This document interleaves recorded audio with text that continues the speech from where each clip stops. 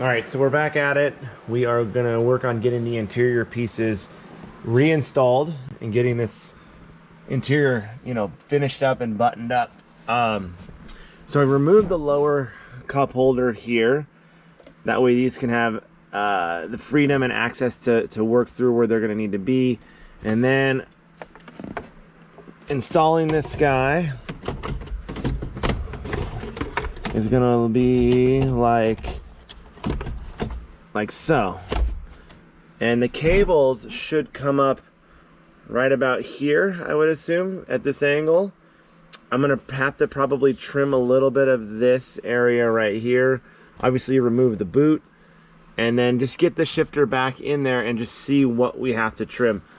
What I'm thinking about is maybe getting a black plastic piece to fill in here and then only having to cut 2 smaller holes for the cables to fit through. So I'm gonna remove the boot, and this will be for sale. This is a Civic Type R boot, and then see what it looks like with the shifter on there and where I'll have to trim. I did buy a second one of these consoles just as a backup in case I messed this up, or I guess to have as a backup. So let's remove this and we'll see what it looks like once we get the shifter back on the plate here. So what are the odds of that? I have it in. I ran both cables over and there seems to be no trimming necessary. So if you look at that, everything is clearing. The shifter has full function to do what it needs to do. This lever right here can freely move back and forth. It's not touching. This cable right here is touching the console piece, but it's not binding or in any way. And I think I'm gonna leave it the way it is, and once I get it on the ground in the spring and drive it, we'll see if it shifts normally. But I'll still have access to all of the adjustments here, and looking at it from here, it looks great. So I'm gonna go with it, leave it the way it is. I'm not gonna trim anything, and run it this way. If anything would need to be trimmed, it would be recessing this just a little bit, but you can see this isn't binding in that area right there. So I'm gonna leave it and keep buttoning this up. All right, so this is back in. I don't know how lucky I am to have it just work out the way it did. I was able to adjust the gate adjustment here to bring this up, and now it's not even touching, and it goes into all the gears no problem. So man, this just worked out. So I'm super happy with this. I think it looks great.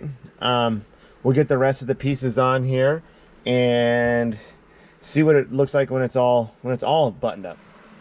Okay, so I got all of these pieces on the center console, all the way up to the cup holder area, under the dash, and then the underneath here. And I do have to say, it looks great.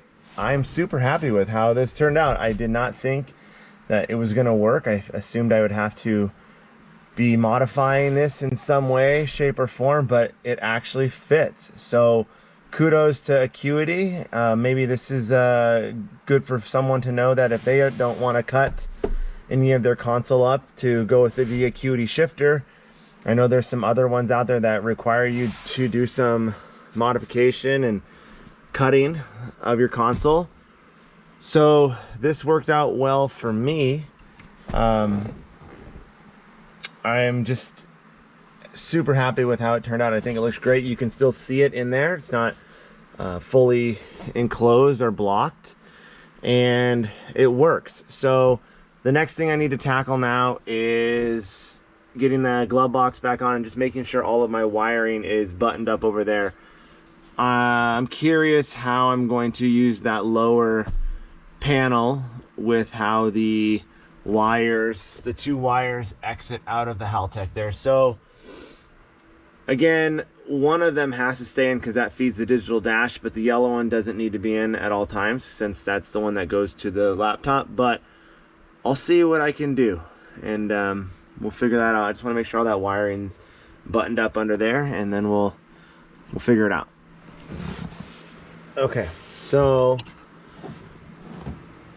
all right, so I have the cover back on. I did have to unplug the USB cable. It just sticks out too far, but the CAN cable that goes to the digital dash has plenty of space behind here that it's not pinched or binding, so that's good.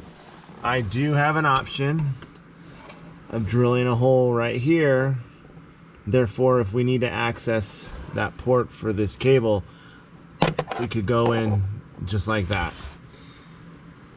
Unsure if I want to do that, but I also don't want to have to take this on and off every time I want to plug in. But I guess once it's tuned, and it is only one or two little mount screws there, so I'm gonna think about it.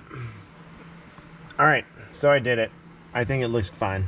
It looks good. The wire is run under the floor mat. It'll exit out over here. That way when I want to do data logs or pull info or make any adjustments, it's just in there. Not too many passengers in here, so I don't have to worry about someone's foot getting it. So the idea of getting that ECU mounted into that Honda case was for this exact purpose, and for now I'm going to utilize it. If not, I have to relocate it, which there is space under here, but it's in there, it works well, and I don't see how this is a problem. So I like this. Let's get this buttoned up here with the glove box.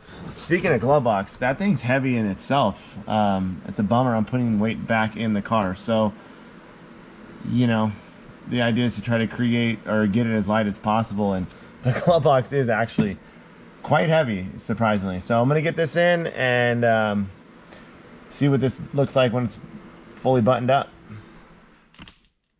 All right, so the interior is done, and I can't be more pleased with how it turned out. I mean, I keep saying it, you've heard me say it before, but the way this just fit around the Acuity shifter and allowed me to not have to cut anything, I just think that's awesome. So it looks great.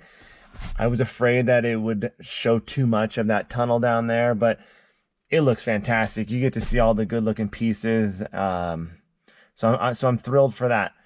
I did drill that little hole in there, and I think that's a good solution.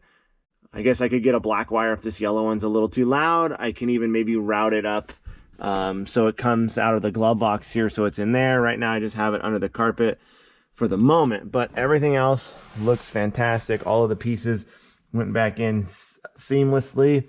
I do need to do a vacuum, but it's just been sitting for so long. But yeah, we're back. So we're gonna call the interior done.